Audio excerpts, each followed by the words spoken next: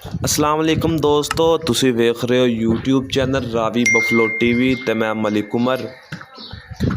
अज इस वीडियो पहलन झोटी मौजूद है, गब्बन झोटी है, बिल्कुल तैयार है। एक तो 2 दिन सूण च लेंदी है। माशाल्लाह बहुत ही खूबसूरत झोटी है। माशाल्लाह झोटी का पुट्ठा चेक करो, झोटी का कद, झोटी की वेल। अगर बढ़न तो पहले जिन दोस्तों ने चैनल को सबसक्राइब नहीं किया या सबसक्राइब कर लो ताकि आने वाले जानवरों की वीडियो तुहाड़े तक बआसानी पहुँच सके, और बैल आइकन को प्रेस कर लो ताकि नोटिफिकेशन तुहाड़े तक बआसानी पहुँचता रहे। माशाल्लाह पहलन झोटी है, गब्बन झोटी है, बिल्कुल तैयार है। 1 तो 2 दिन सूण च लेंदी है। प्योर दरियाए रावी की झोटी है। माशाल्लाह झोटी का पुट्ठा चेक करो, झोटी का कद। दोस्त वीडियो एंड तक जरूर वेखन, झोटी का रेट वीडियो एंड तक दसिया जाएगा। वीडियो स्किप नहीं करना। बहुत ही नस्ली झोटी है, निक्की निक्की सिंगी, काली अख, चप्पा चप्पा पशम है।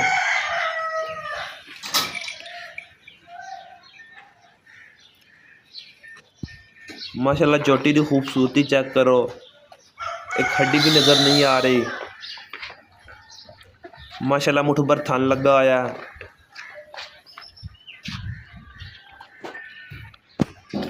जेड़े दोस्त चैनल ते नए आए ने चैनल को सबसक्राइब कर लो ताकि आने वाली वीडियो तुहाड़े तक बआसानी पहुँचती रहे। ये झोटी Malak dairy farm Syedwala तहसील उजला ननकाना साहब मौजूद है। जो भाई रब्ता करना चाहन कॉन्टैक्ट नंबर 0309 19 787 व्हाट्सएप और कॉल नंबर दोनों। दोबारा contact number 0309 19 787। Malak dairy farm Syedwala तहसील ज़िला ननकाना साहिब ये झोटी मौजूद है।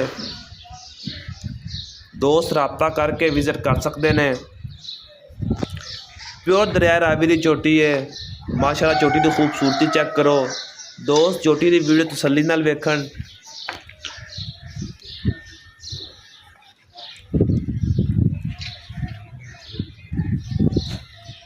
बिल्कुल तैयार है। 1 तो 2 दिन सूण च लेंदी है।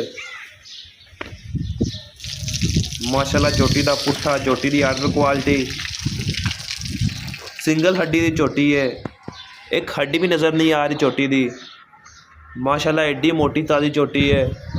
झोटी का फाइनल रेट 5,70,000। जो भाई रब्ता करना चाहें कर सकते हैं।